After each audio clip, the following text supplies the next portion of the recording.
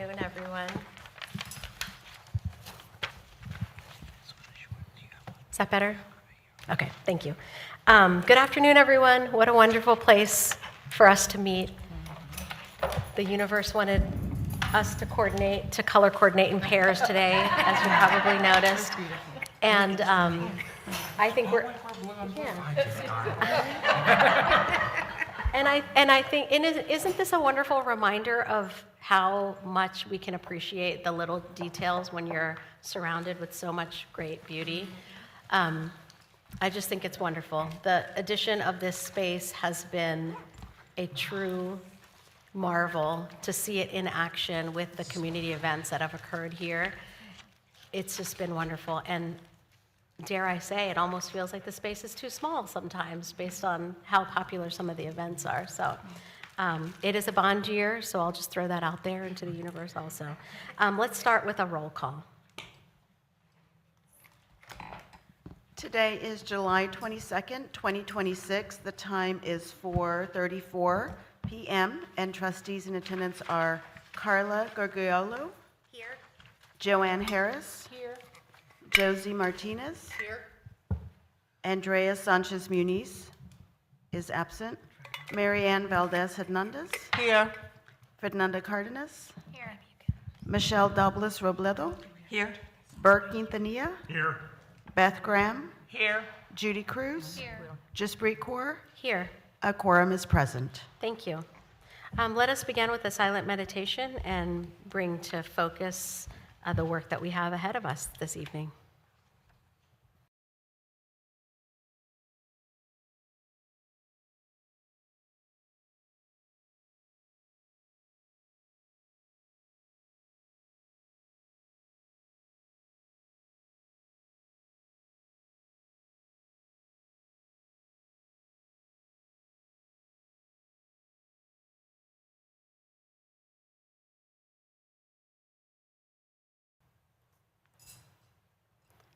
Okay, we'll start with a quick administrative note, just a reminder that these mics are on at each of your places, so to keep side conversation to an absolute minimum. And then also at your place is an iPad where you can take a look at agenda items or other items that will be displayed. The passcode is also at your place on a small card. We'll start with an approval of minutes, and the minutes were sent out in advance but are also in your packet. I will entertain a motion for approval for the June 24th, 2026 Board of Trustees meeting. moved. Second. Thank you, Josie. Second. And a second from Fernanda. Thank you. All those in favor, say aye. Aye. Any opposed? Okay, thank you. Next, public comments, and we did not receive anyone who signed up for public comments. So we'll go on to our agenda. The next agenda item is a report from myself as the chair, and I'll also give you a reminder that today's meeting is being live streamed on YouTube. So welcome everyone to the Las Palmas branch. I believe all trustees have been here already, but I think it's really wonderful that we're here for an actual meeting. I'm looking forward to hearing from the branch staff here at Las Palmas. And I do want to let you know that agenda item number 18, which is to review and consider the approval of a proposed final public art design for Carver Branch Library, will be postponed because there is some additional information that needs to be ascertained for that agenda item. The last month, I did my normal routine, which is to visit my library branches within District 8 and then also attempt to visit a few other library branches as well. And I did make a visit to Central Library and also utilized the Texana resources. So I had an afternoon off and I decided to work on a little fun side project. And I just have to commend Texana staff, although they're in like a temporary location that's clearly much smaller than the amount of space that they normally have. They're just so eager and willing to help anyone who's doing research. So that was a great experience. I also utilized the computers in the computer lab on the first floor of Central. just as an opportunity for me to kind of embark on what it's like as a patron to kind of go through those different experiences, and asked a couple questions at the reference desk. So I think it's important for trustees to do this and kind of step out of the traditional trustee role of meeting and greeting with stakeholders, but actually experiencing some of the services to see what it's like as well. So I know that many of you do that, and just encouragement to continue to do that. And that's it. So next I'll yield to trustees to provide their updates, and I'm going to start to my far left with Mr. Quintanilla. Yes, on 1st of July, I was able to attend the District 9 Independence Day picnic at McAllister Park and circulated around asking people who were there from District 9 what they thought of the library. Was it serving them well? And I got overwhelming positive feedback about the system, and in particular, they were patrons of mostly Encino and Brook Hollow, and just a couple of them from Parman. Other than that, I was not able to circulate to my libraries this time around because of other stuff going on, but I was very pleased with the feedback that I got cold when the public was canvassed at a picnic. That's great. Thank you. Thank you. So this summer, we have been traveling, so I have not had a chance, but now that we're back, and I'd like to say it's back to reality, and bye-bye to fantasy, dreaming, and vacationing. We will be resuming and visiting my libraries again, but still traveling through books. Nice. I attended my committee meetings, and that was it for this month. Thank you. I attended both of my committee meetings and found both of them very productive. My goal over the last couple of months is to actually read all of the books that I purchased at the book festival, because I get sidetracked very easily by other good books, and I actually finish them. And I feel very accomplished by that. And many of them were books that I'd actually seen the authors and listened to their presentations. They're amazing. So next year is going to be really difficult. I don't know how I'm going to plan my life around this. So that's it.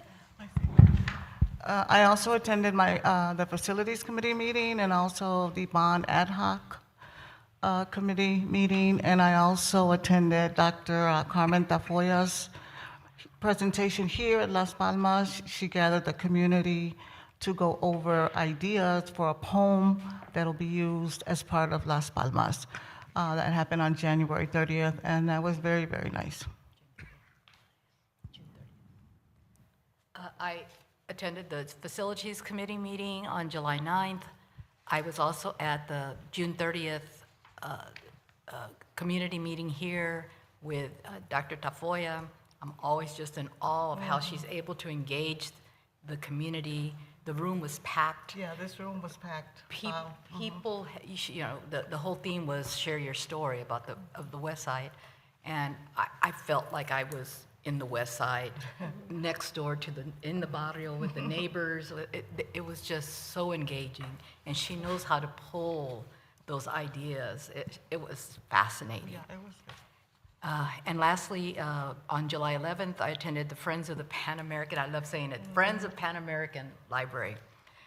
Joanne Tobias Molina is just invigorating. She's got so many great ideas. We're going to have a lot going on already. She's got the first book sale planned. We're going quick, and it's thanks to you, because you have been so wonderful. You're such a source of information for them, and you encourage them, and it's making a big difference. It's going to be fantastic. Great. I'm Thank you. sorry, and I forgot, I also went to the friend meeting at Memorial. Good. That was good. Very good. Ms. Harris? Good afternoon. I also came over here for that, on the 30th, for that share your story, and it was just remarkable, and it was just to hear the type of stories, and I was born and raised in Del Rio, and so it was just really interesting, and I really did enjoy it, and I learned a lot also.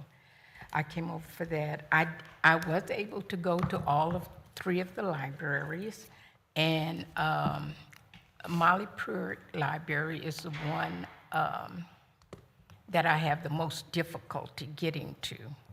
And I'm just, I try to get there, but the summer, they said they love their summer hours, and thank you, they just love their summer hours, because their summer hours are like from 1 to 9 every day.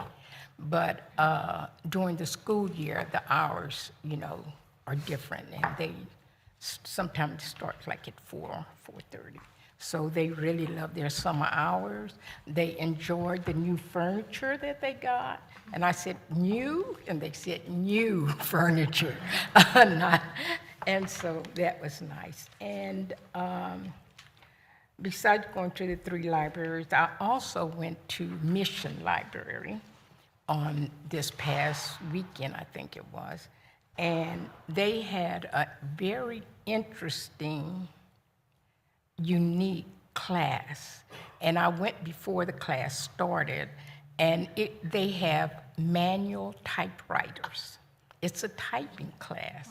It's not typing where you teach them, but you're supposed to type your thoughts and your dreams and poems and that. It was wonderful. And even, I would think, I don't know the age range of the kids, but some of them were like 10, 12, or whatever. Some of them were even taking their own manual typewriters in. And I just thought that was so nice that they learning how to do that and not on electric. But I also went across the street to the Heritage on the 1st and 3rd weekends, Saturdays. They have like a arts and craft, which there were at least 20 tents. I was able to stop by the arts and culture table, and I stopped by the library table, as always. And they were very productive and had people getting information. I was really happy about that. So that was about it for me. Thank you. Thank you. I attend my meetings, assigned meetings also. This month, can you hear me? Yeah. I attended the committee meetings, and I also had an opportunity to, since they are on break right now, visit with my councilwoman to discuss library business. Thank you. So I've been traveling, but I wasn't able to make it to this meeting last June, but I was able to go to the kickoff of the summer at SAPL, which was amazing. If I was a kid, I know you were there, it didn't even look like a library, it just looked like fun, just everywhere. It was so much fun. So great event there. I was able to also go to the opening of the Americans and the Holocaust exhibit at Central with that discussion, which was very insightful and well attended. And I think that ends on Friday, so I wanted to take some family members this week before it wraps up there. Our community, our neighborhood is really missing Cody, but I'm trying to push him to Westfall and Igo, and this is where the little libraries on the streets come in handy, those little things that people make where you can trade books. But, so, yeah, that was that. So I did attend all my committee meetings, and I was able to make it out to Cortez because I had an overdue Express Library book. I'm so sorry. My book club was going way faster than I thought I could read, but I look forward to all the back-to-school events that are probably going to happen in the next month. Okay, thank you. Next, we'll hear a report from our library director. So good evening. I'm clearly not the library director, but I'm here on his behalf, and he, of course, regrets that he's not able to be here this evening, but I'm sure he'll be at the next month meeting. So I have just a few things to share from the staff perspective. One is I just want to touch on the meeting that was here with the inaugural Poet Laureate of San Antonio, Dr. Carmen Tafoya. This was an idea that came up during some public meetings here at this branch as a way to acknowledge the people that really worked to get this whole building built and to move from the little library that was here in this neighborhood before. And I just think it was great. And I want to also acknowledge the Department of Art and Culture, whose idea it was. We batted around a few different ideas, and they were the ones who said, well, why don't we kind of match what we did at Memorial? And I think that was a great idea. As mentioned, the Cody Library closed. They closed on July 5th for a complete HVAC system replacement. That was part of capital improvement projects from both FY 2024 and 25. They'll probably take 6 or 7 months to complete. Interim library services are across the street and at the nearby branches, of course. And little free libraries are awesome too. But they're available across the street at Our Savior Lutheran Church starting July 11th. I just want to acknowledge that when we very first started talking to the church, they let us know that they have a very popular basketball camp from July 18th to the 25th, so we're not going to have interim service, but I mean, they told us that before they even agreed to be the interim, because they, I think, thought, well, that might be a deal breaker, but for 6 months, 1 week seemed like a good compromise. And of course, we've done many steps to inform the community and will continue to do so. And the last thing I'm going to mention is that there will be a public meeting for the Carver Branch Library Capital Campaign. That will be August 5th at 6:30 at the Denver Heights Community Center. Where's Scott? There's Scott with some awesome sound, right? Right. We got a commitment. Awesome sound. This will be the first public meeting for the beginning of a capital campaign that we have under the new naming policy. So I think it's going to be a great thing, but I just want to acknowledge that it's a new thing that we haven't had before, and that is what I have. Of course, there is the written director's report available as well. Okay, thank you. Any questions for Dale and his team? The public Carver- meeting, the Carver- 6:30. On the 5th. Thank you, Dale. Next, we have a budget report. Good afternoon, board members and board chair. Gabriela Rauschuber, Department Fiscal Administrator. I'm here to go over quickly the board's budget report as of the end of June. This report marks the end of the third quarter of the city's fiscal year. So 75% of the fiscal year had elapsed. Bottom line, we are at 75% spent, 73 not including encumbrances, but we are on track with spending for this fiscal year. One other thing I just wanted to point out is under the gift balances, 2025's gift has been fully spent and encumbered, so that will fall off the report for next month. We'll continue to report on the 2026 gift, and I'd just like to extend my thank you to the Friends and the Foundation for their continued support of the library system. That completes my report, but if y'all have any questions, I can take them. Okay, thank you very much. Thank you. Okay, next, a report from the Executive Committee, and the Executive Committee did meet last week on July 14th to set the agenda for tonight's meeting. Next, we have a report from the Advocacy Committee. We did not meet. Okay, thank you. Next, a report from the Budget Committee, We did meet, and Kathy will be giving providing a an report. update. Okay, thank you. Thank you, Kathy. Good evening, I'm Kathy Donnellan, Assistant Library Director. So the Budget Committee met on Wednesday, July 1st, and discussed a number of the steps in the process that have been completed so far. Particularly, the capital improvement budget request has gone in. This is one of the items that our chair, Jaspreet, talked to the city manager earlier in the process about our need for certain priority capital improvement projects, so the staff submission went in for those. We also did do a recap of the trial budget presentation, just as a refresher, but you received that briefing from the budget director previously. And then we did go over next steps in the budget calendar. Big milestone next steps is the presentation by the city manager to the city council of the proposed budget. So that's on August 13th. And of course, that'll be in an A session of the city council. So it will be broadcast on TVSA. And then from there, there is the schedule, which we have shared with the full board, of the community input meetings on the proposed budget. And then there'll be departmental budget presentations. We don't have a date yet for the library's presentation to council, but we'll keep you apprised of that. And then, of course, it wraps up in September with budget adoption. And we'll continue to keep you updated on the particulars of the dates, times, locations of all of those things. And I'd be happy to respond to any questions if you have them.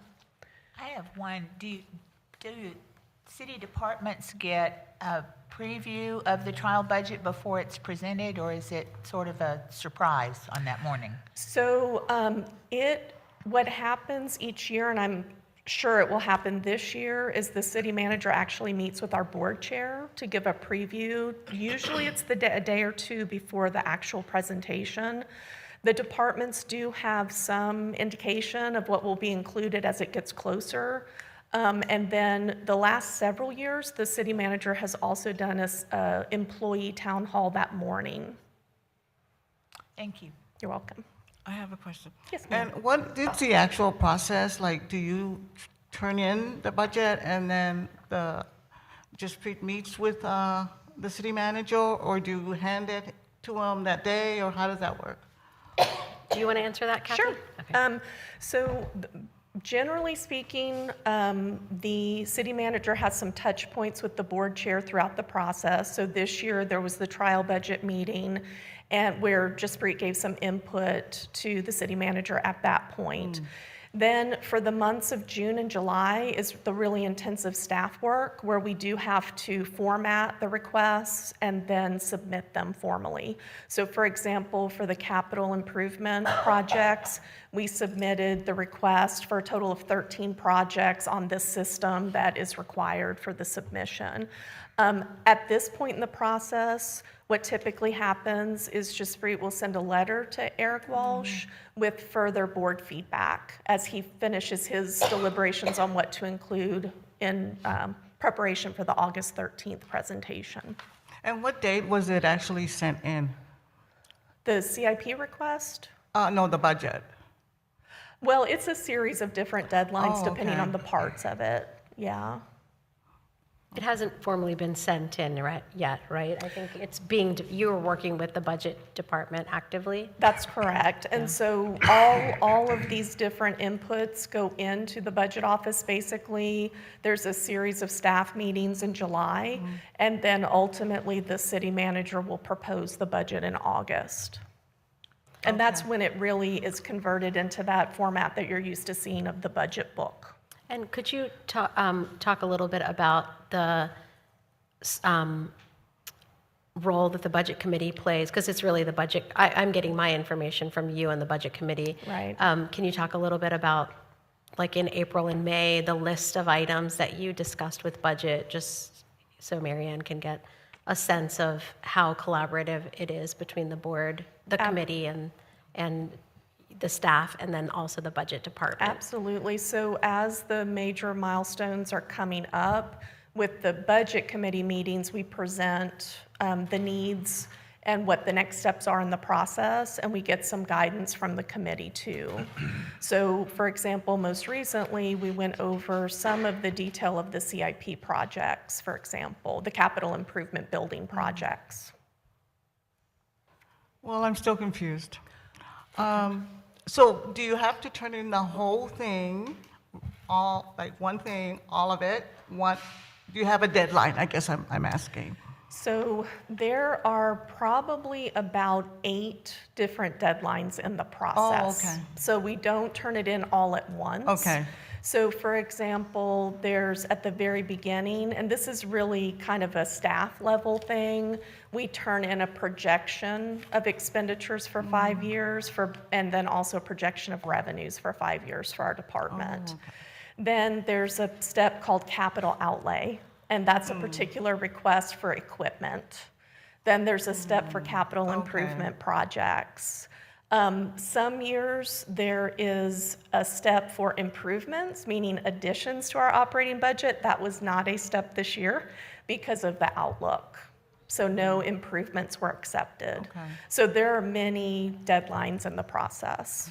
We don't turn it all in at once. And so one last thing I'll mention is the presentation that the budget director, Freddie Martinez, thank you, that Freddie Martinez gave us, if you recall that 2 meetings ago. That outlook of what, how they're showing like whether there's going to be a growth in revenue or a deficit in revenue, that outlook is what informs whether we ask for additional improvements or not. So as Kathy is saying, the staff takes a cue from the outlook. I'm just being a little bit more explicit and saying like if it's a deficit year and there's going to be a shortfall, then we don't want to appear like insensitive to the city's position and ask for more things because the outlook is already projecting a deficit or a loss. And that's why the improvements were not part of this year's request. But in past years, there have been some improvements and there's been some additional funding or new projects that have been kicked off during that time. I think Learn at SAPL was one a few years ago. Absolutely. And then I guess just to mention one other thing, adding on to what Jaspreet just said, is that even though there weren't formal improvements submitted this year or accepted this year into the process, still year over year, we anticipate there'll be some additions to the budget because it's for things like employee compensation, benefits, those types of things. So there is some natural growth in the budget too from some of those other items. And I love talking about this stuff, so if anybody wants an individual briefing, I'm happy to do that too. Thank you. Thank you. Any other? Kathy, Oh, would you remind us of the date of the meeting in September when the actual budget will be adopted? I don't have that date, but maybe somebody can look it up quickly and help me out. I bet Nathan's going to get it first. But on August 13th, there will be a budget discussion, right? August 13th is the city manager's presentation of proposed, and then budget adoption, which I think is the meeting you're asking about, is in September. September 17th. September 17th. Thank you. Thank you. Any other questions for Kathy? Okay, thank you, Kathy. Next is a report from the Facilities Committee. We did meet, and I think we do have project updates from Mark. After that heavy budget conversation, I thought it would take a long walk. Because we're about to talk facilities, and we had a Facilities Committee meeting on July 9th, and we do have a couple of updates to share. And I do, before I start, I do want to introduce Crystal Gonzalez, the Assistant Director for Capital Delivery Department. She's here to answer any questions if we have any. Let me see if I can get this thing to work right. There we go. Okay, so the first item on the update would be our Carver Branch Library project. It has been discussed already. We have had some structural steel installation over the last couple of months. They've been enclosing the exterior walls, getting all the roofing completed. Actually, today they had a big event there because they delivered all the rooftop units for the AC units. So they had a crane out front and they were putting everything up on the roof. So that's a great day for that project. And then, as was mentioned earlier, there's a capital campaign meeting coming up on August 5th. We're about 40% through on construction at this point. And on the schedule, we are looking, we have our August 5th meeting with the Carver Capital Campaign, and then depending on how that public meeting goes, we may have a briefing with the Facilities Committee on August 12th to review that information, and then we will be moving towards substantial completion, which right now is looking January of 2027, and then that's the construction substantial completion, and then we'll start our move-in process after that. So. Okay. A couple of quick pictures. This is the exterior of the building. You can see the new addition is going in very, very well, so that's going to look really nice once that moves forward. They'll start putting some exterior sheathing on their exterior finished materials in the brick fairly quickly. The next library that we want to talk about is the Cody branch. That did close on July 5th. We've been working very hard to get that moving forward as quickly as possible because, as we mentioned, it is a long duration on this project because of the amount of work. Contractors doing what they can do to try to minimize that. As Dale had mentioned, the interim services at the Our Savior Lutheran Church. And then we're about 5% complete on construction. They've got a lot of the demo out of there right now. Looking at the project schedule, so we started on July 5th, the branch closed, and we make a note that the branch began their move-out process. Interim service started at Our Savior Lutheran Church on July 11th, and then the construction actually started on July 13th. The reason we had the move-out process for such a long period is because you can see all of the inner shelves at Cody, because it's a radial building, we had to remove all of those and move them back because all of the ceiling, I don't know if the laser is going to really point very well, no, it does. All the ceiling tiles along the outer perimeter had to be removed because that's all going to get new ductwork, so it took a good week to move all that books and shelving out of the way. It's probably going to take 2 weeks to move it all back, so, but we'll be coordinating that towards the end of the project, so that's one of the reasons this one's going to take a little extra time.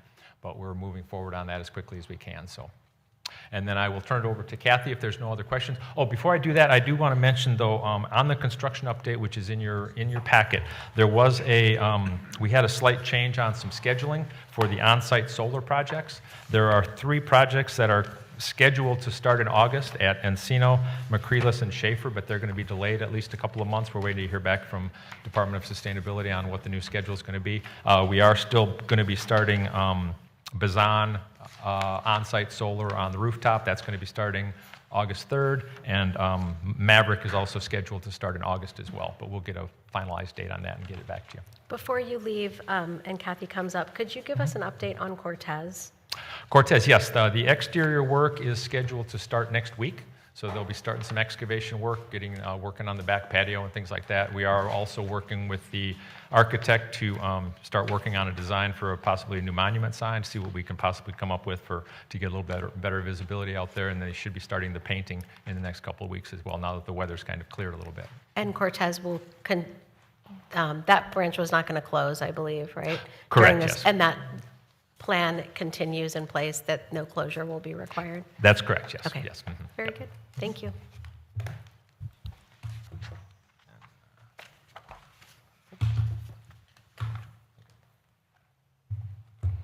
Thank you. Just to add a couple of things to Mark's report. So first, the on-site solar projects that are now going to be hitting more like fall timeframe, we will be sure to schedule them around voting to make sure there's no impact to the parking lots at that time. And then for the Cortez project, I shared this with the facilities committee because we had just gotten word about this, so I'll share it with the board now. We had taken the input from the board about the monument sign, and we were able to just do a small scope of improvements to that sign, but there was kind of that bigger concern about the placement of the sign, the size of the sign, and visibility. Due to our great facilities team, we identified some savings. So there's about $100,000 in savings due to a different way of doing some of the concrete work. So we're going to go back to the architects to ask them if there's any further enhancements we can do to the sign with that funding. So that was really great that our team was able to find that savings, and then we may be able to be even more responsive on the feedback about the sign. And then update on the Carver Branch Library project capital campaign. So as you'll recall, the board approved the new policy for namings, which included capital campaigns. We've been hard at work for many months with Amy, developing some potential options for the campaign. This was presented to the facilities committee, and so this is just an update to you as the process proceeds. So I'll share a little bit about the campaign. You'll see this is very similar to what we emailed out to you, but then also talk about the process so we can get some clarity around where we are and what's next. So first, the donor opportunities are a combination of namings, and so those are spaces that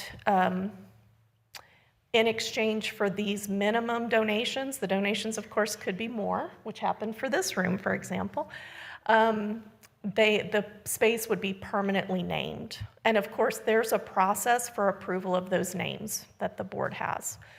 Then, so you'll see the series of namings listed here. So the community room, the new community room, the digital media studio, the Learn, the children's area, the tween area, and the teen area. And the other opportunity that's listed here is for the African American Resource Center. So this would not be a named space, but there would be major donor opportunities for that particular space. So hopefully you can see this a little bit better on your iPads, but this is the site map of the building. And you can see with the dotted red line, that's the outline of the current project. So all of those opportunities that were mentioned a minute ago are labeled here. So you can see the various amounts applied for the namings, for the digital media studio, the Learn, teen, children's, the new meeting room. And then you can see the lead donors is what they're called here. Those are not namings for the African American Resource Center, but rather major donor opportunities. So this whole campaign in total, if the board approves it, and that'll be a step in the process in the future, would be just over $2 million. The red crosshatched area that you can see kind of around the edges of the building, that's a future phase, so that's not the phase we're constructing now.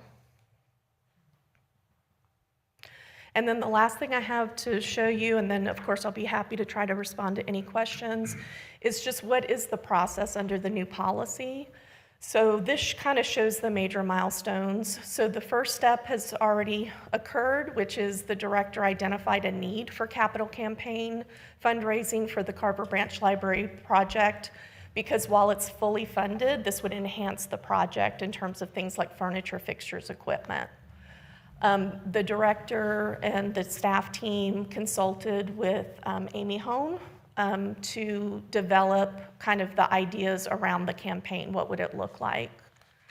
The facilities committee at their June meeting received a presentation on this to get their input to see if it was ready to go to the next steps, which is we've been working with the architects and the internal library team to develop some more materials around the campaign. So for example, connecting the renderings of each space and a presentation to the amounts of the naming donations, et cetera.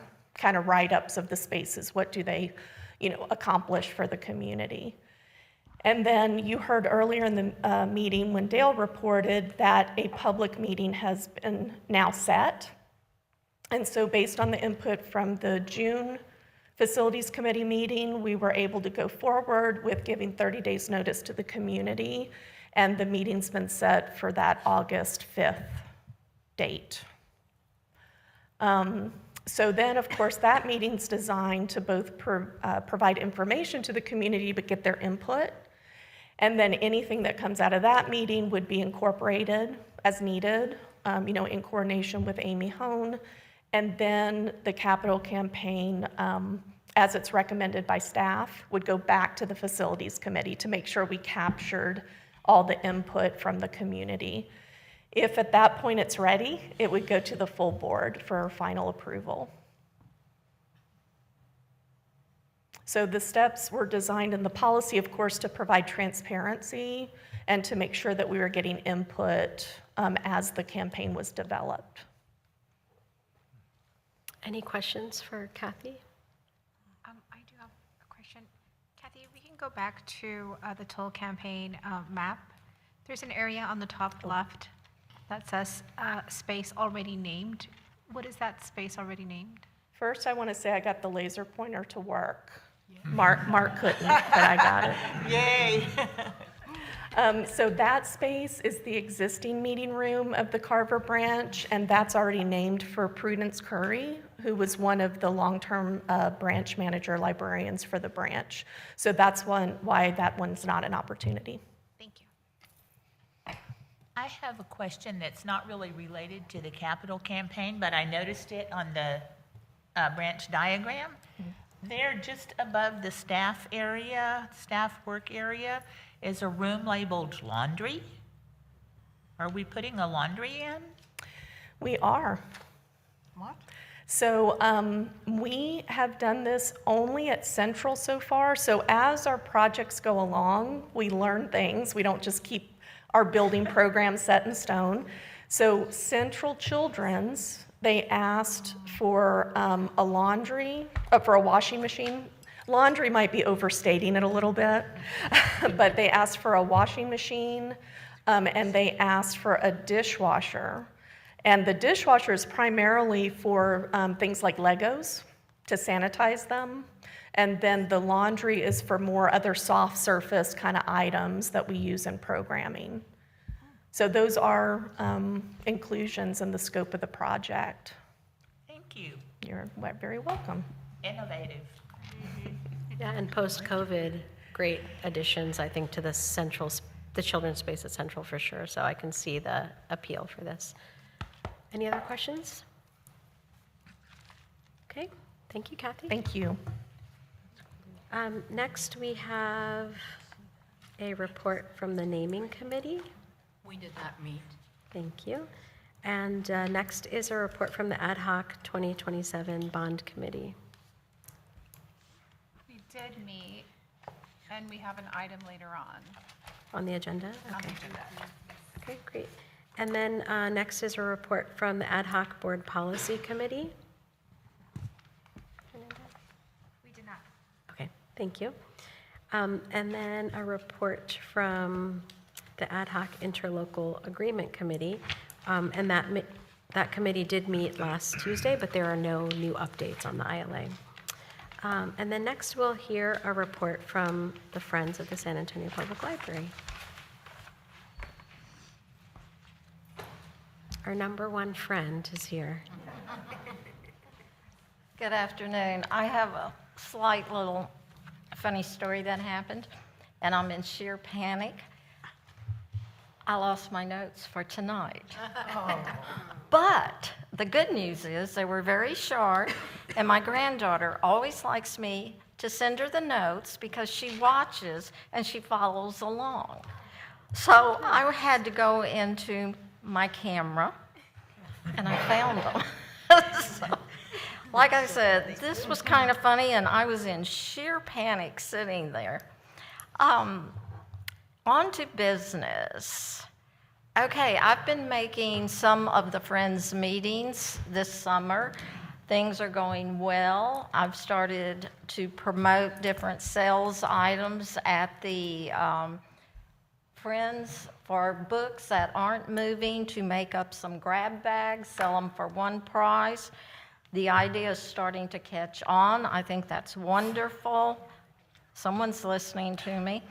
The Friends Committee is working hard, and the various committees are meeting twice a month and coming up with some very good ideas for 2027, and I like the way they're moving. I'm working with the group in the bookseller, and that has been very interesting. I'm learning a lot about it, and we are getting geared up for our next big book sale on October 4th, and yes, that's a Sunday, and it'll be from noon until 4. And the Friends are kind of taking over on it, and if y'all get a chance to come by, I think that would be wonderful and encourage us. And also, we're going to have the price of the bags at $10, and then you can go in, fill them up, and be on your merry way with 3 hours of free parking. Also, we're reaching out to the community for volunteers at different businesses to get some help that way, and to introduce the bookseller, the library, and the Friends in hopes of getting new members for all 3 of those. Our meeting will be on Sunday, July 26th at 2 o'clock, and it's going to be at the Great Northwest. So if you're in the area, do stop in. This will be fun. And I've changed the meeting. Everyone gets 5 minutes to talk. And we're cutting back on our meetings being so long. And so I even promised I would not have a lot to say anymore. That was the hard part. And then any feedback on our newsletter is always welcomed, and see if there's any changes that need to be made or something you'd like to see in it. You know, we're always looking for new ideas, trying to get more people and things like that. So I appreciate whatever you all can bring. And ideas are always welcome. Thank you. Thank you. Next, we'll hear from Amy Hone, representing the San Antonio Public Library Foundation.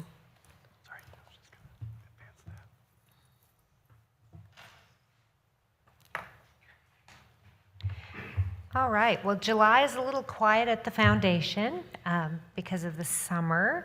Most of my board is out of town, and we don't have a board meeting or anything like that. But I did want to talk for a minute about Carver. We absolutely respect your process for the approval of the capital campaign, but if we waited until the entire process was finished to start fundraising, we'd never hit our goal. So we continue to talk to folks about that. Our most recent commitment is from Valero for $100,000, so that brings our commitments up to $511,000. And we still have one that is in the funnel that is not confirmed, but very likely for another $100,000. So we feel very good about that. Again, everyone we meet with is super excited about Carver, is very positive about the investment on the east side, and just really, really excited because we haven't, since Texana, we haven't really had a major project like this to talk to our donors about. We are in our final push for tables and tickets for our literacy luncheon, which is on October 4th, Sunday, October 4th, with Drew Daywalt, the author of The Day the Crayons Quit and 46 other children's books. So we continue to vet nominees for our board. We finally have nominees from Districts 2 and 6.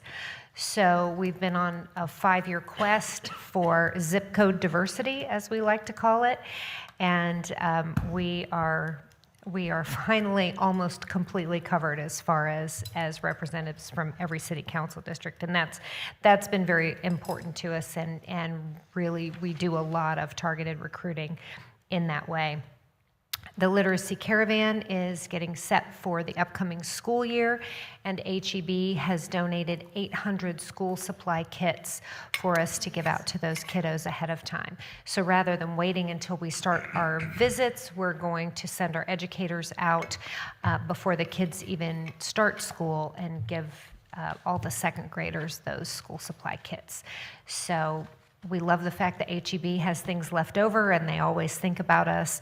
We ended up with a whole bunch of really cute onesies that we sent out a couple years ago through our Born to Read program that were cute baby onesies with HEB sayings, and they were talking about brisket and tortillas and all kinds of other fun stuff. So we become a point of distribution for a lot of things that HEB wasn't able to sell, but the kids just love it. That's how we ended up with 2 pairs of crazy HEB socks for every Literacy Caravan kid for the last 2 years. So that's all I have. Does anyone have any questions?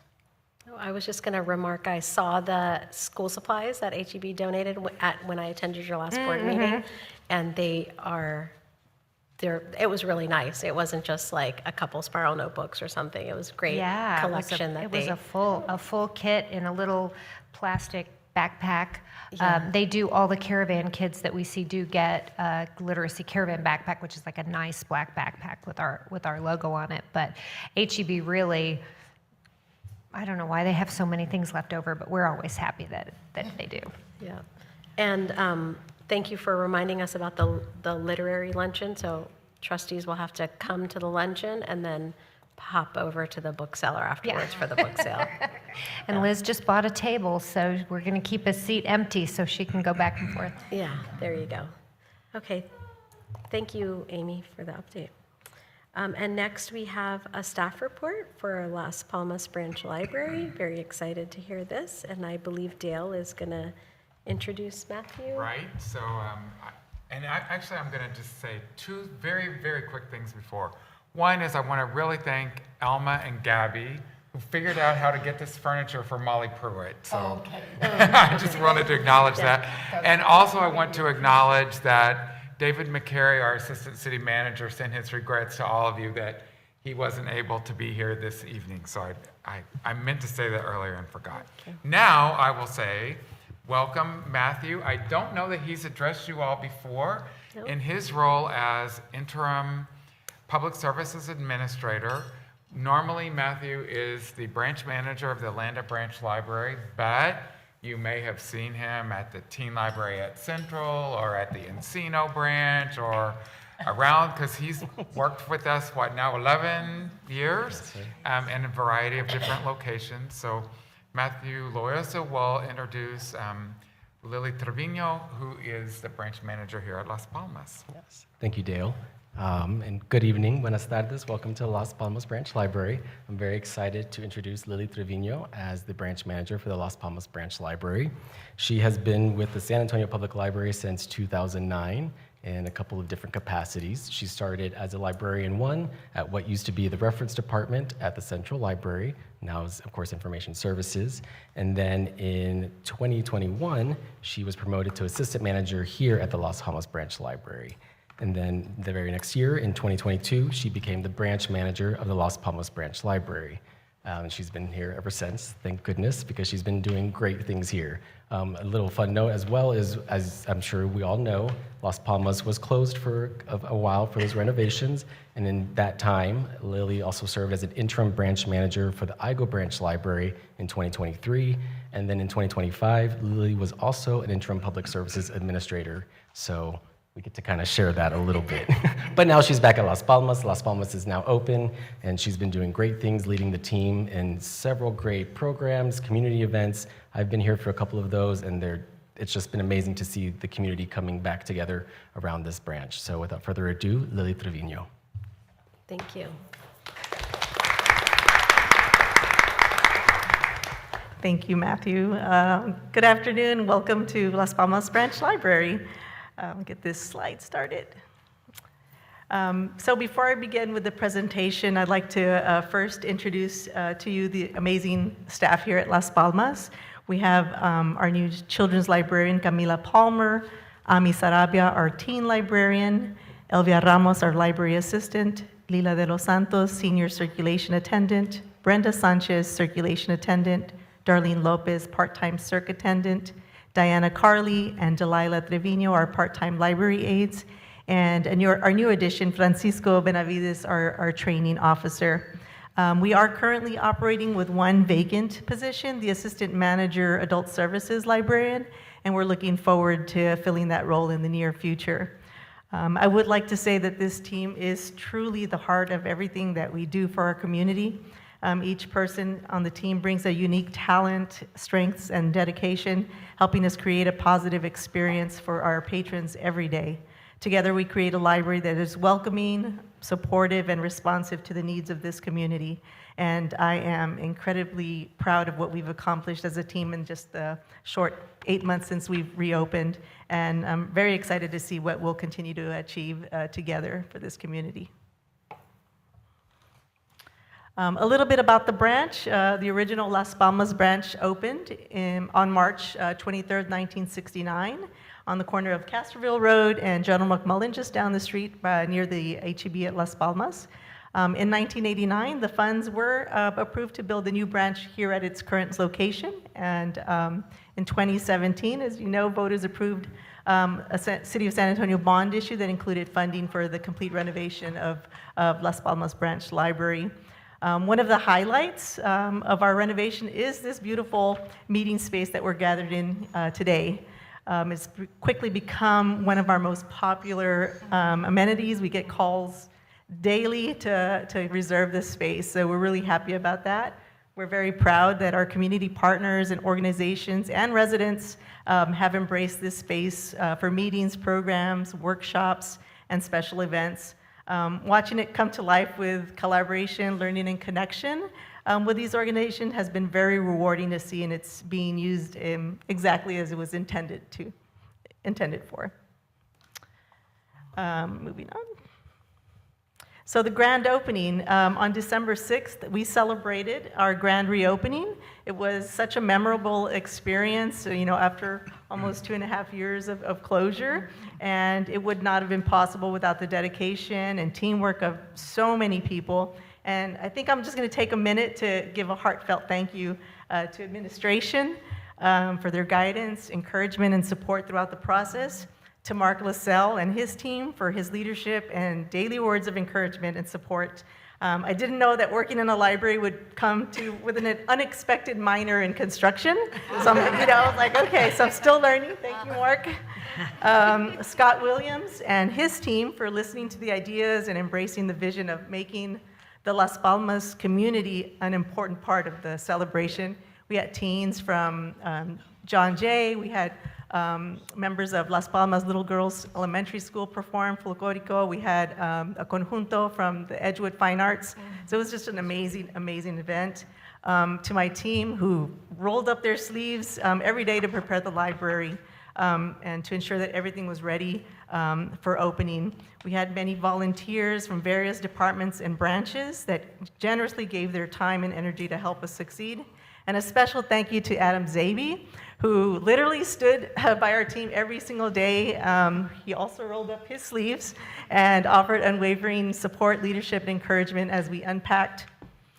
It was about 16 pallets of new books stacked about 5 feet high. It was hundreds and hundreds of boxes in a remarkable short period of time to prepare the library for this beautiful grand reopening. So truly a team effort.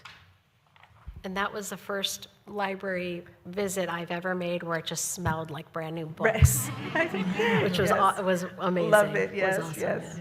Next, I'm going to speak a little bit about outreach and partnerships.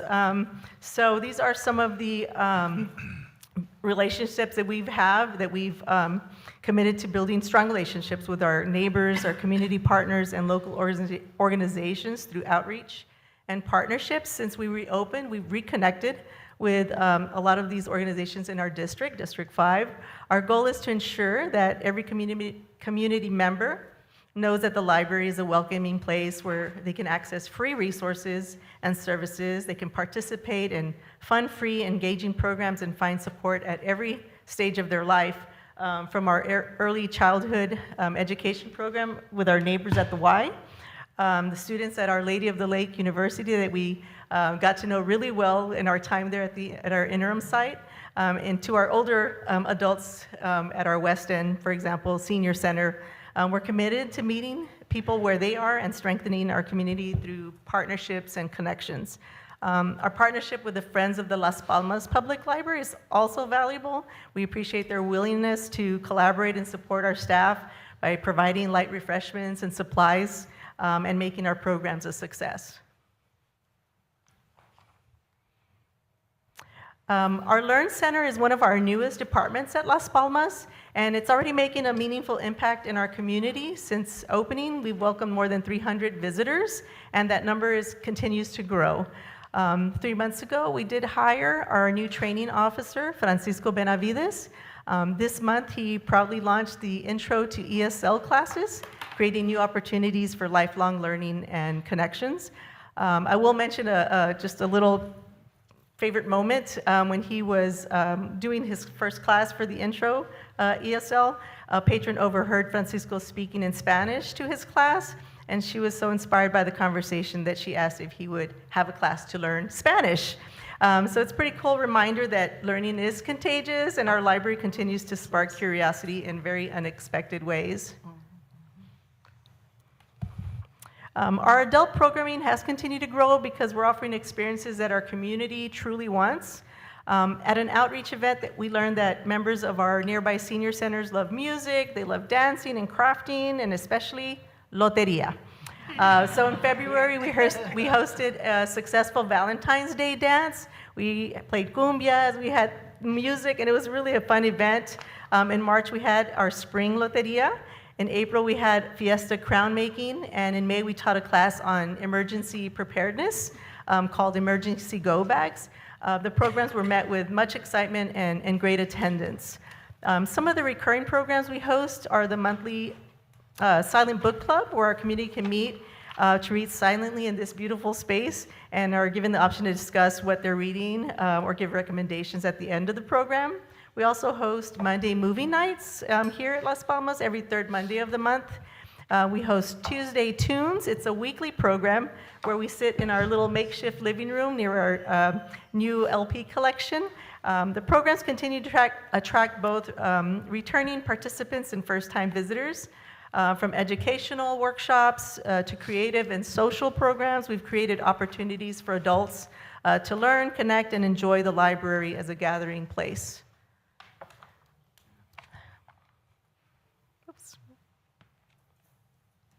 Ami Sarabia is our teen librarian, and she believes that our teen programming is all about meeting teens where their interests are.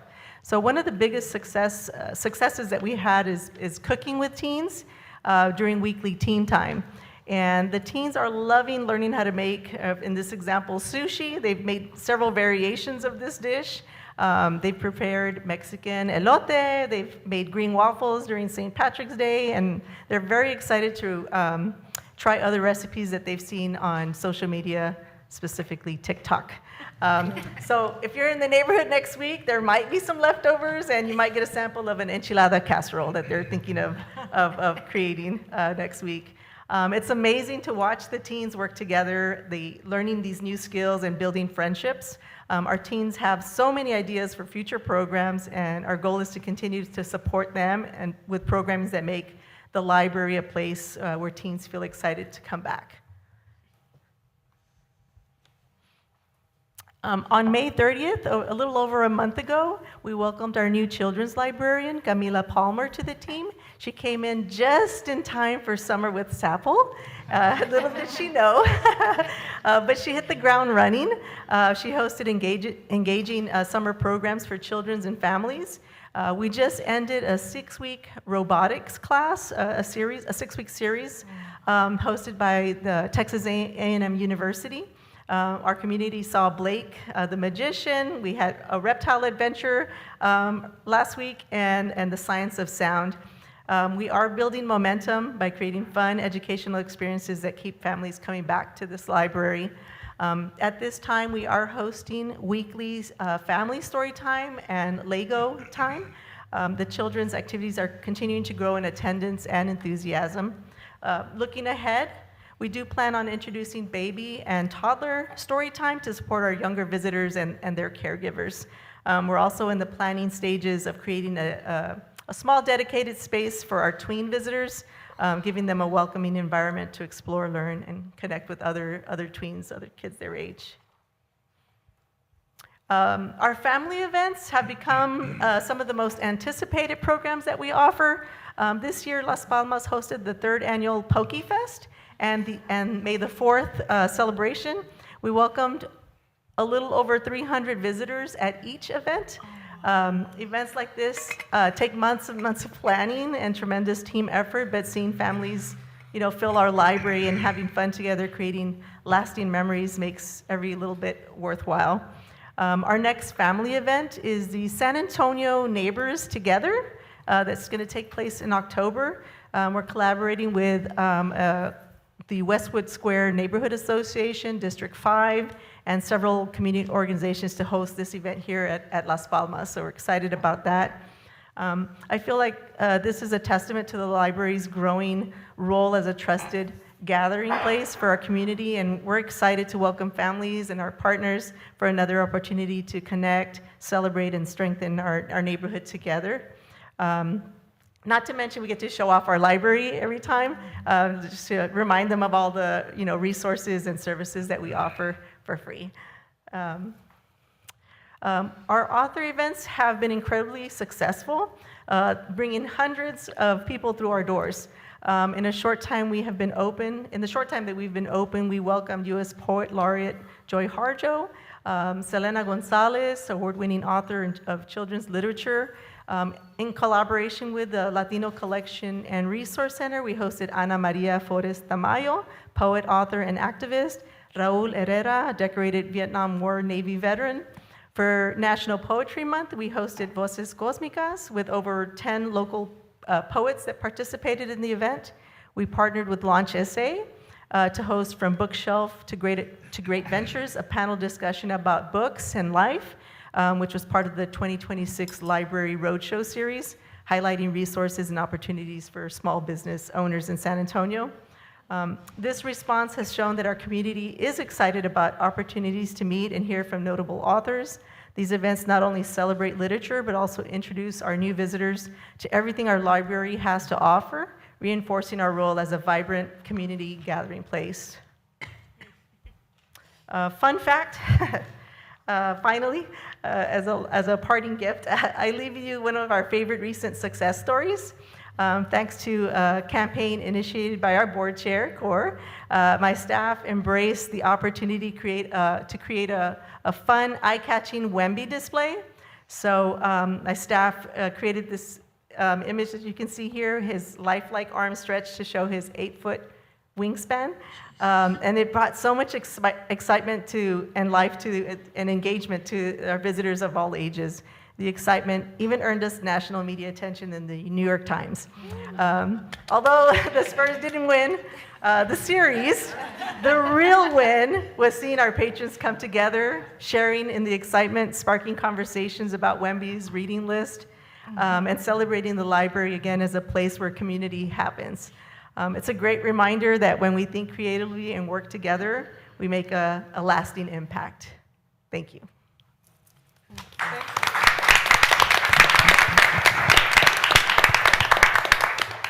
Thank you so much, Lilia, and you have such a fantastic staff here. I didn't even know you were down one person. You can't tell when you come to the event, both to the events where you have so much support throughout the system. Matthew and others show up for the events. It's really, it feels like a community, family atmosphere. And I just want to commend you. Well, I want to share two observations. When I saw this article in the New York Times, before even reading it, I looked through you look at the pictures, right? And I knew immediately it was Las Palmas because of this signature lime green that I think has become, we've started to associate it with Las Palmas just because, it's just here and it's so obvious both inside and outside. And that's the kind of brand recognition I think is like really something to celebrate, that someone can recognize your circulation desk without reading the caption. Right. So it's fantastic ingenuity from you and your staff to put that together, and just such a fun thing. I was overjoyed with seeing on social media people sharing their own pictures and tagging the library in there. So I just want to commend you on that.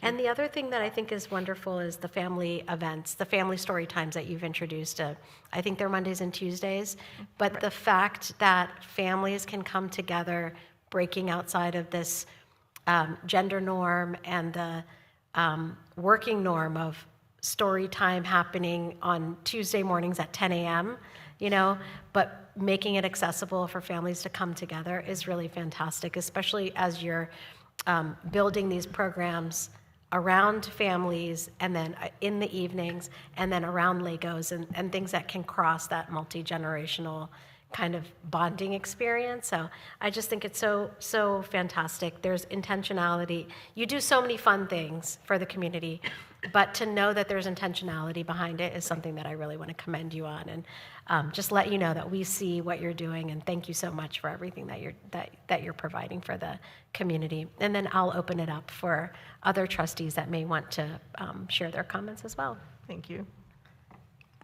I have a comment, Lily. Thank you for everything. And also, since it was closed for a while, I think the community was really looking forward for it to open.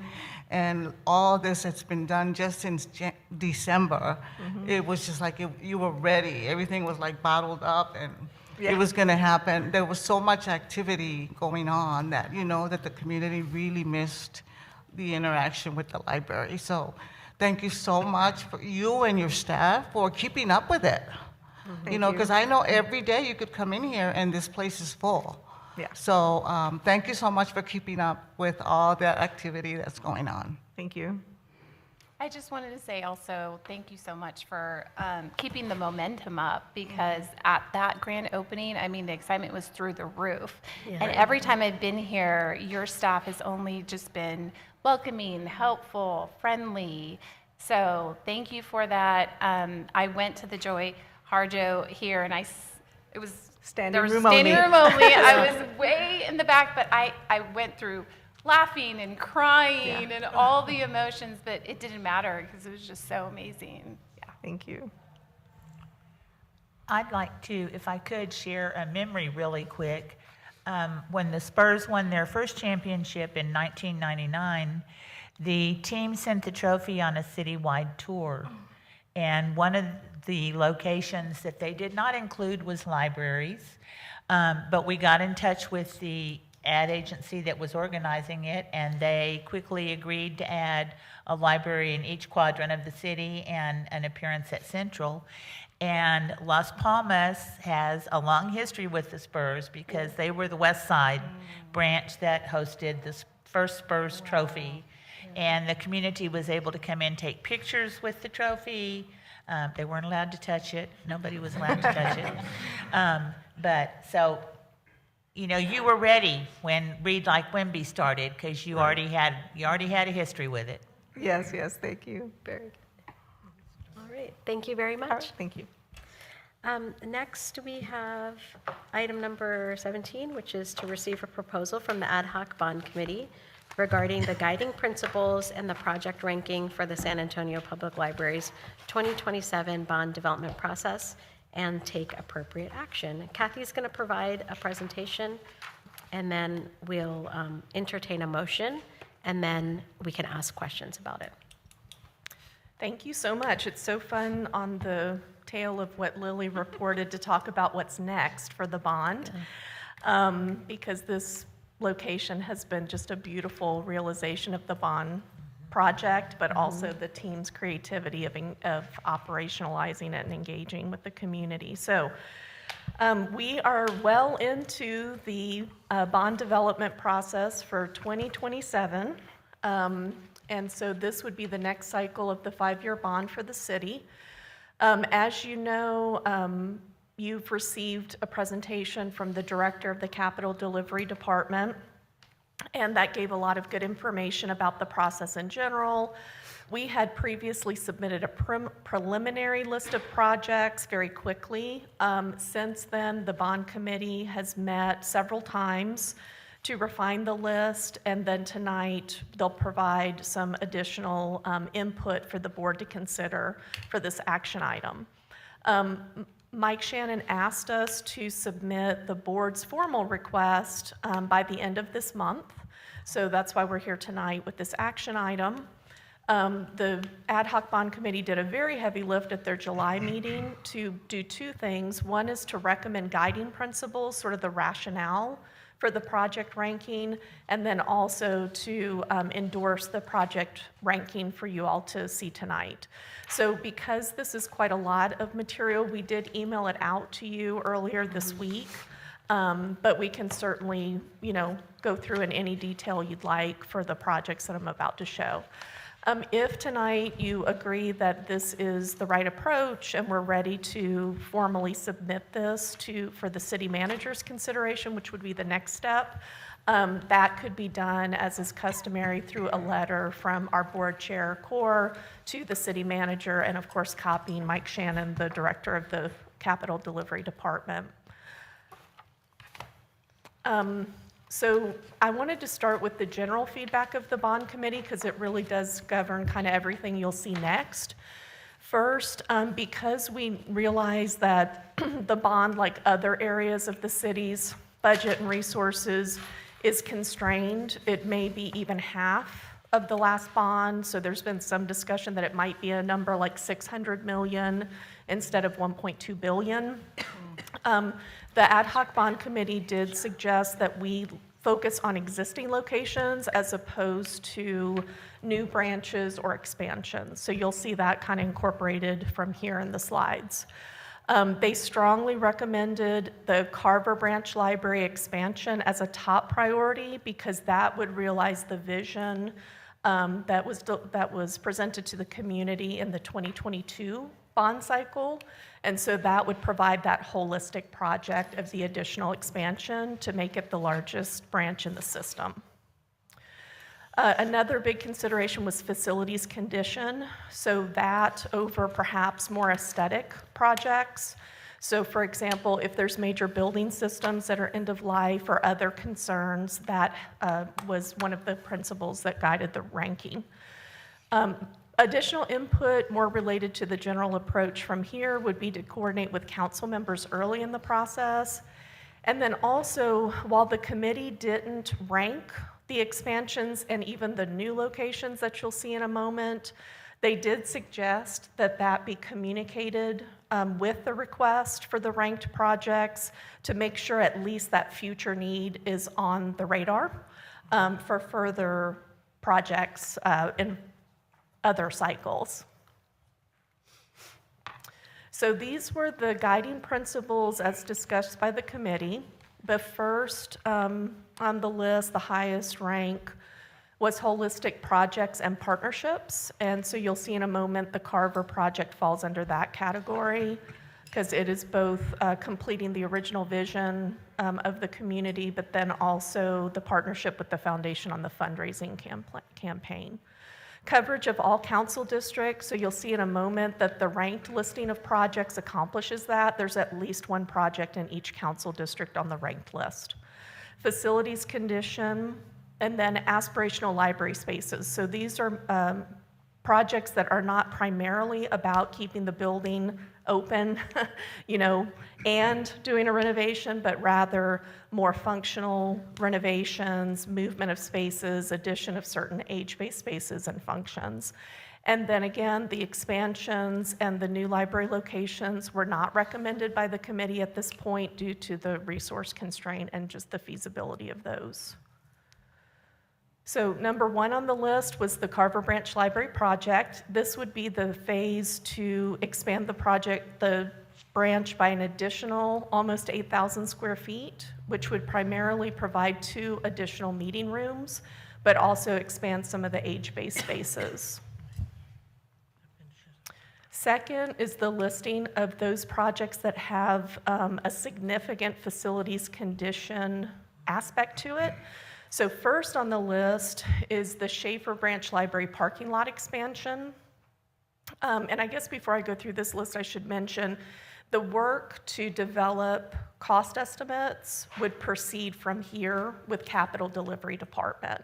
So that's why you don't see any cost estimates on this list yet, because that's something we would have to deliberate on and get their expert input into. But Schaefer Branch Library parking lot project would be allowable for bond. I did make sure of that, checking with our finance department. This would be to add the additional parking lot that would extend the total number of spaces to 82. The committee felt strongly that this is a safety issue because right now folks are parking on Highway 87 sometimes, parking in areas you're not really supposed to park in. And so this parking lot expansion would help with the capacity of the branch when they have big events and voting. Central Library skylight redesign and replacement. You've probably seen at Central Library, we're having significant water intrusion. The skylight, as it stands, is kind of end of life for that system, and so a complete replacement is needed. And then the next projects for these 5 branches have a full branch renovation as part of them, but also a complete replacement of their HVAC system. So these are actually the 5 next projects where, due to the age of the systems, they would need the HVAC replacement. So that's why they're kind of prioritized on this facilities condition list. And then the rest of the projects are related to the Central Library. Central Library security and safety enhancements. So as we do work in the building at Central, so for example, the Central first and third floor project, we do add security cameras, badge access, and other security measures.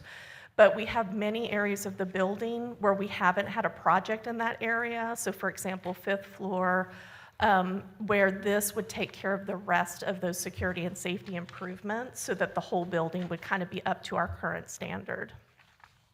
Central Library roof replacement, there are 10 levels of our roof at the Central Library building.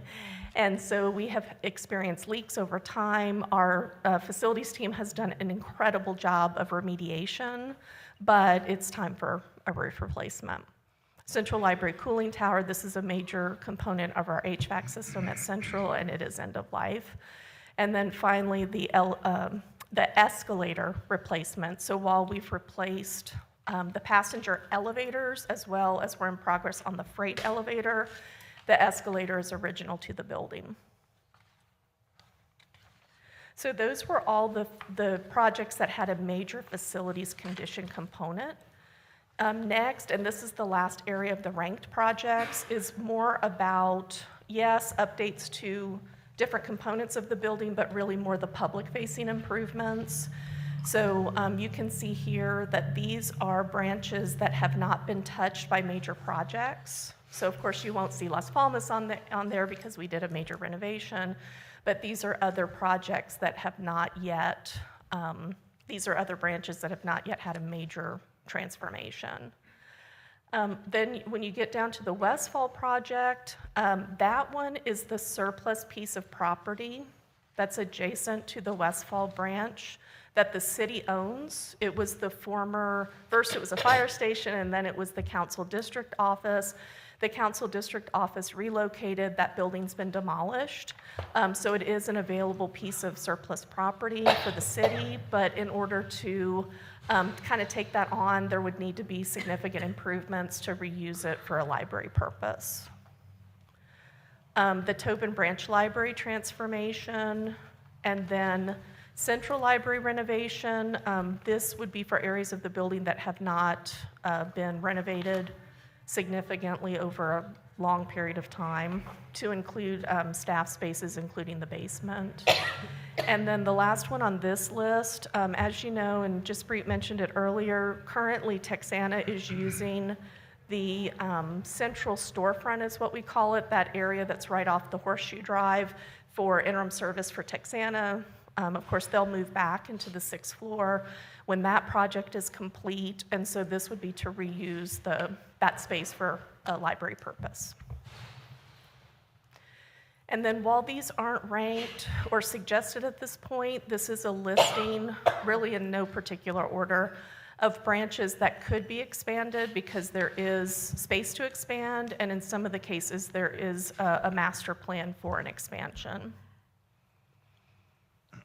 Okay, and then with the new locations, although these were not recommended by the committee due to the resource constraint, we did want to share the service gap map and then a listing of those, which we would, if the board approves this concept, include in the letter. Not as recommended now, but to kind of get it on the radar for the future. So what we look at when we're identifying service gaps is we look at the entirety of Bexar County, because that's our current service area. We look at a 3-mile service radius around each location, and that's how we identify blank spots, so to speak, on the map where no branch library's 3-mile service area covers that part of town. We then look at the gap service population, and that means the whole service population. If you put a dot in that blank spot and drew a 3-mile radius around it, that would be that service population. And then we look at unique service population, which is the population within that gap that isn't served by any other overlapping service area. We do subtitles for city population and county population. That's been asked for in the past by the board. And then we suggest where there's enough population growth that there should be library outlets considered in the future. That might be a full-service branch. It might be an alternate service model. So we did want to share this with the board, even though it's not recommended that we go forward with any high-priority new locations, to at least show what that looks like at this point. So you should have at your place the map on paper. I think we're going to get it now. I'm sorry, we're passing it out right now, is what I meant to say.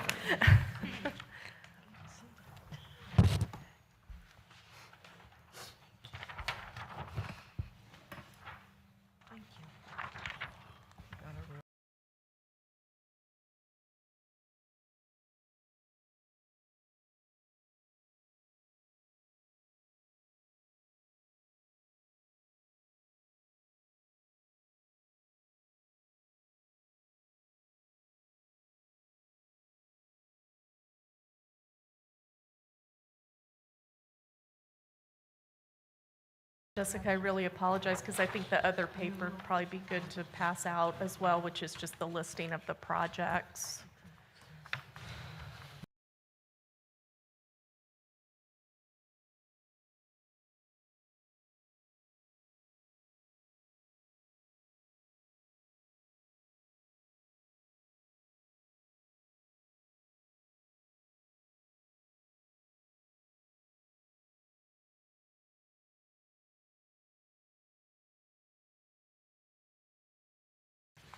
So you'll have both the listing of projects and then also the map. And so it has a chart at the top that talks about the name of each gap with a letter code so that you can then relate it to the map and the area on the map. So for example, medical center is shown on the map as area A, and you can then see where it is geographically.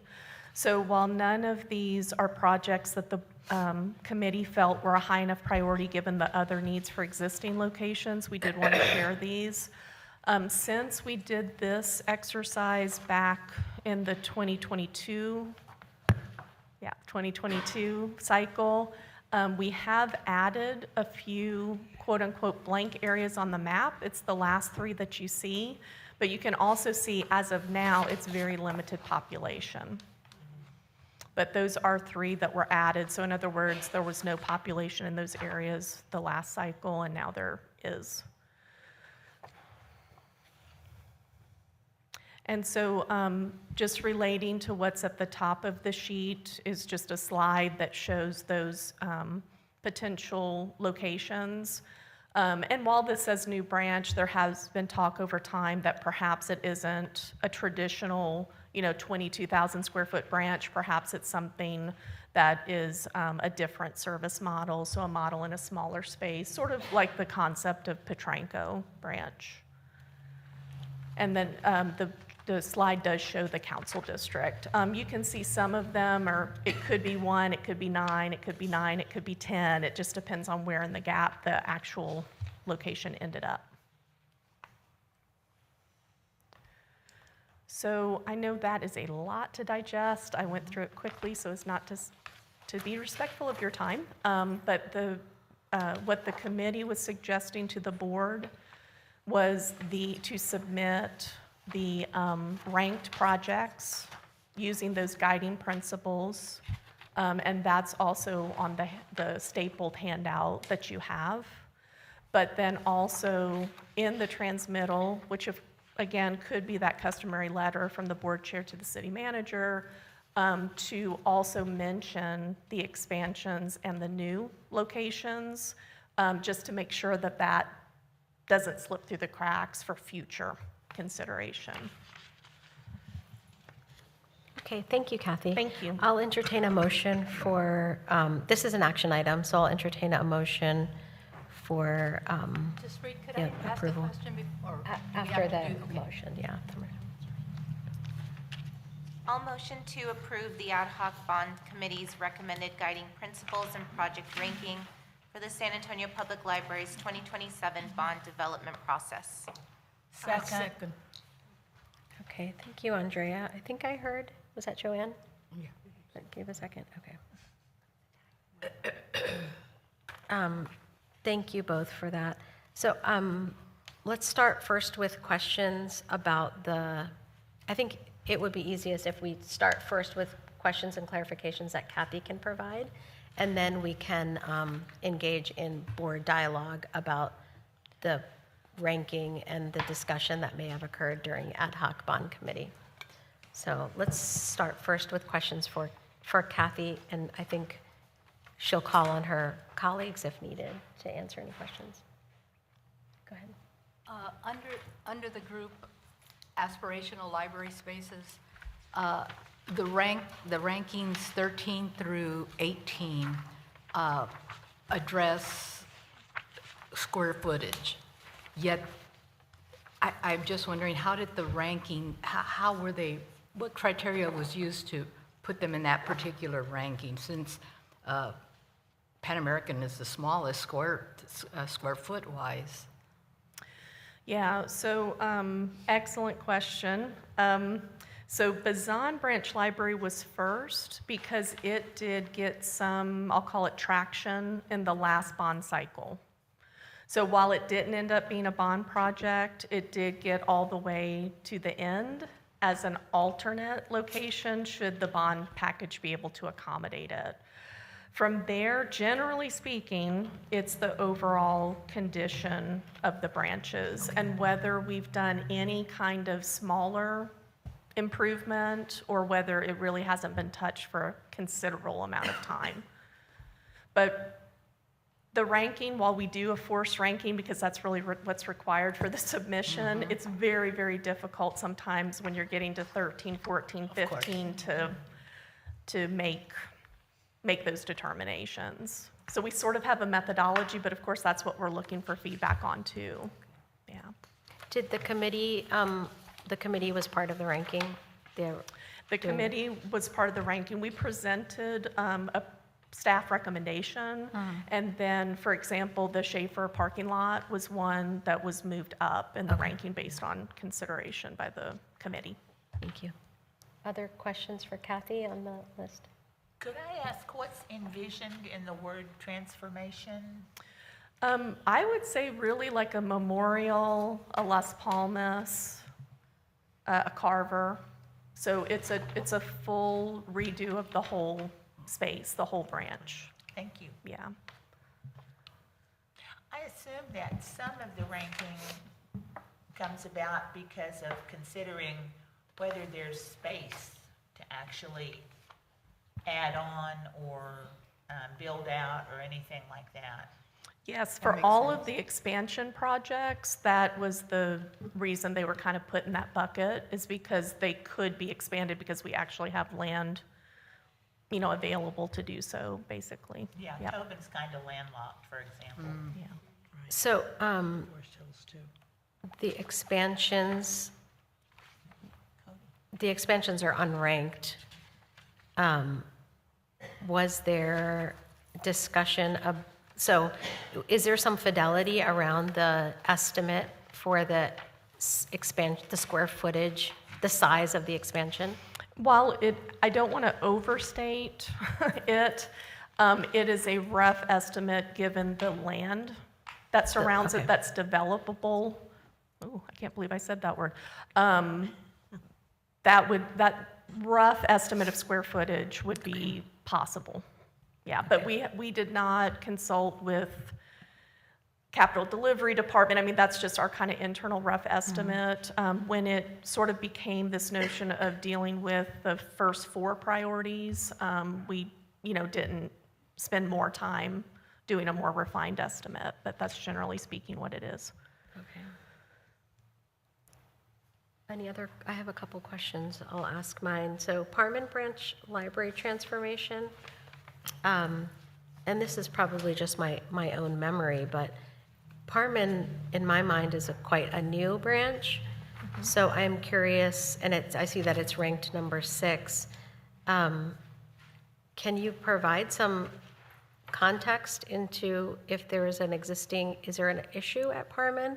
And/or is this just based on years of service and condition of the facility? Yeah, so for each of those 5 branches listed as rank 4 through 8, Thousand Oaks, Mission, Parman, Great Northwest, Encino, they each are end of life for their current HVAC system.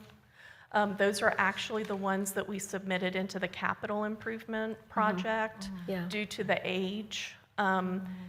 HVAC systems alone are not allowable in the bond. So it would need to go with a renovation project as a part of it to move forward. So both Parman and Mission are both 2011. Okay. And then Thousand Oaks is 2009. So these are aging Older, yeah. systems. Yep. Yeah. Okay. And then a related question, since you brought up the capital improvements. Central library roof replacement, cooling tower, and escalator replacement. Can you help me understand the line or definition for capital versus deferred routine maintenance? Absolutely. So I'm glad no one from finance is here because they'd probably correct me. But generally speaking, Gabby's here. She'll I'm correct going you. to start. Yeah, Gabby's here and Crystal's here too. So generally speaking, to be eligible for bond, it has to be a 20-year asset. Okay. And it has to be capitalizable. So it has to be a significant improvement. If it were repair only, we wouldn't even be able to do any kind of debt for that. So not even a capital improvement project that's like short-term tax notes or certificates of obligation. So it doesn't have a dollar amount minimum. It's more about the ability to capitalize it over time. That's right. And then the difference really is a practical one between deferred maintenance and capital improvement projects, because for the deferred maintenance program, that's completely general fund funded, and it's only $5 million a year. So we've really never been able to get projects that are more, than $250,000 to maybe $500,000, just as a practical matter. Yeah. Okay, thank you. I have another question. I'm trying to figure it out. But the circles that you have of the areas, and they incorporate the population of those areas. So a lot of, some of them are like a fourth or something like that, that if you included the population and it's not city, so you're including people from the county also in the population? In the total, but then it is broken down between what's the city population and the county.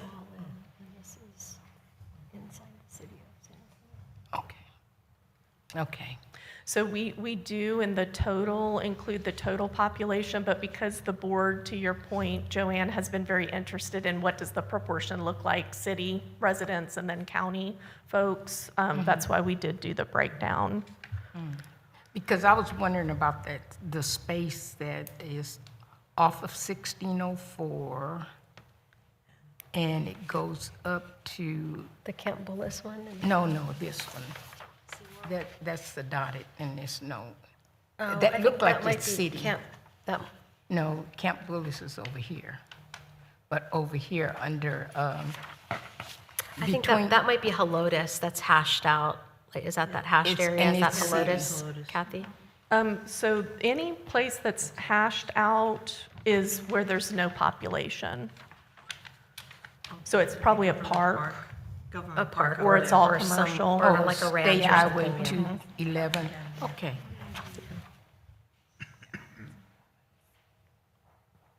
Any other questions for Kathy? Well, it is curious, the medical center service area, what is the outside of COSA population consist of?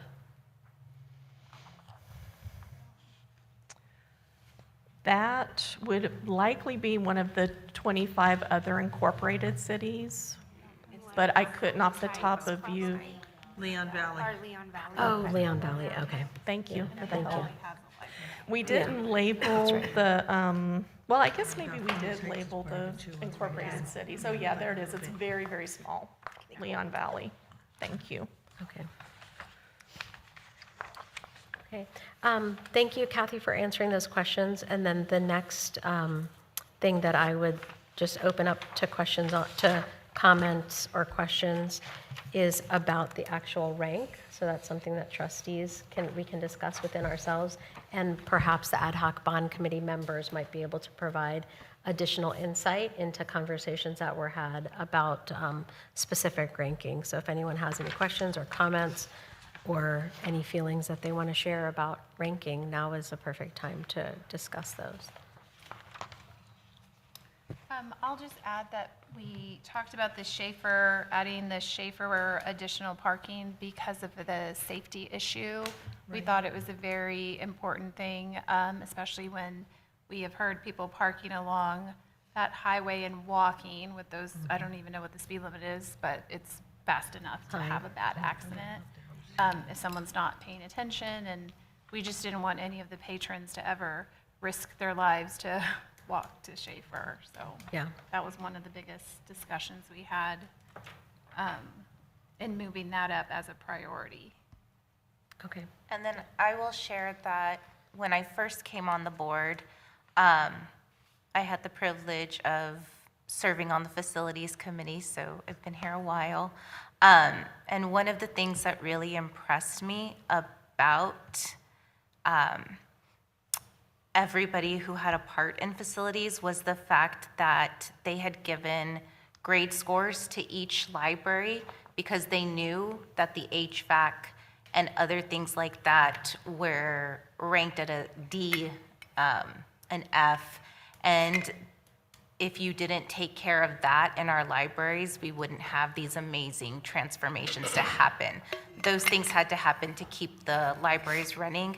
And I want to say by my second year on the library, almost everybody was up to a B, and the C's were now being pushed into that B category. So I will say for me personally, taking care of our existing facilities was very important, and knowing that a lot of our libraries that we don't feel are older because they're beautiful and we take care of them are at that point where the HVAC is going out, and just knowing today it hit 104, that was a huge priority. Yep, absolutely. I agree. Thank you. And Thanks for also sharing the skylight was big because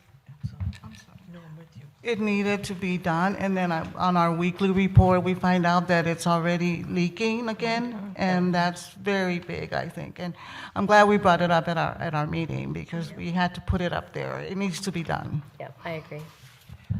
Also, it's my understanding with regard to Schaefer, hasn't there been a proposed donation of the land to add the parking? We do now have all the land that's necessary.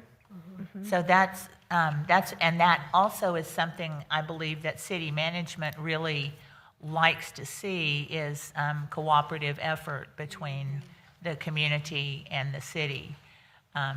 And then I would like to speak very strongly about Carver Branch Library. We have made commitments to that community that we are not currently fulfilling. I think it's very important that we work hard to get the balance of capital funding to finish out that project so that we can give them what we showed them in the beginning and what we proposed. I agree. Thank you. I totally agree with the ranking of that project as number one. Yep. Thank you both for sharing that feedback. Michelle, did you have something? No, I'm actually going to agree with her with regard to the skylight. To me, without a doubt, Schaefer, that got popped up because of the safety issue.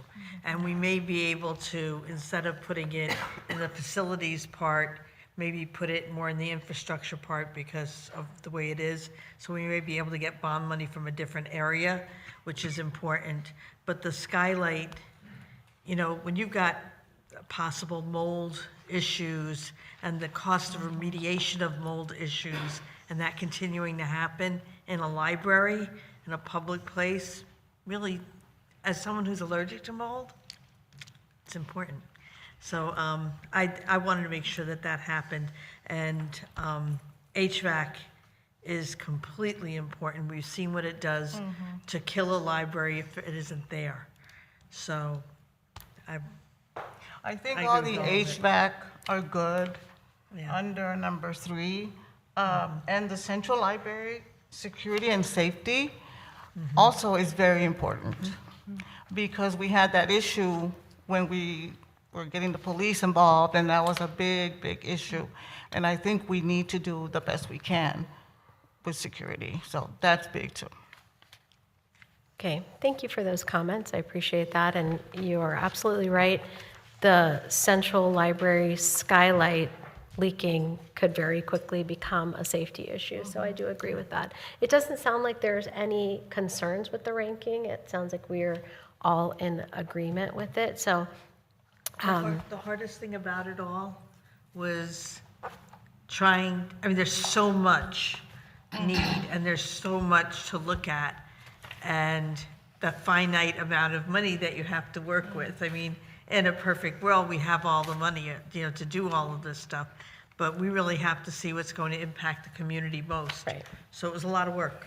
And also Kathy did a really good job about listing the need, and also other bonds where we didn't get money for that, and it's left over, and we need to do it. And so in the beginning, she gave us that list, and we all saw it, and these are the things that are important. They haven't been funded, and so that really helped, Kathy. Could I ask with regard to the central skylight, is that a feature that is just going to have to be replaced every so often because of the size of it and where it's located? Because I know the skylight has been an issue as long as I can remember. It seems like it just comes up periodically. Is that the case? It does. We have replaced it once. So you probably remember in the design of the 1995 building that we had 64 bubble skylights, and then we went to the current configuration. So it has been replaced once. But yes, it is something that also has a lifespan. So. Yeah. And then that one in particular, the feedback we've gotten from our colleagues, like for example, the city architect, is that a redesign is really needed of that system because it just can't handle the amount of water that we now have to handle in these weather events. So, Jessica, could you take us through a roll call vote for this item, please? Thank you, Kathy. Carla Gurgiello. Aye. Joanne Harris. Aye. Josie Martinez. Aye. Andrea Sanchez Muniz. Aye. Mary Ann Valdez Hernandez. Aye. Fernanda Cardenas. Aye. Michelle Douglas Robledo. Aye. Burke Quintanilla. Aye. Beth Graham. Aye. Judy Cruz. Aye. Jaspreet Kaur. Aye. The motion passes. Thank you. And thank you to the Ad hoc Bond Committee for all of your work and deliberation. You made the decision here much easier for all of your contributions, so thank you. The last item we have is appointment of a 3-person nominating committee to identify a slate of officers for September 2026 annual meeting. And I would like to propose the appointment of Josie Martinez, Andrea Sanchez Muniz, and Michelle Dalbas Robledo. I'll entertain, this is an action item, so I'll entertain a motion to vote on this item.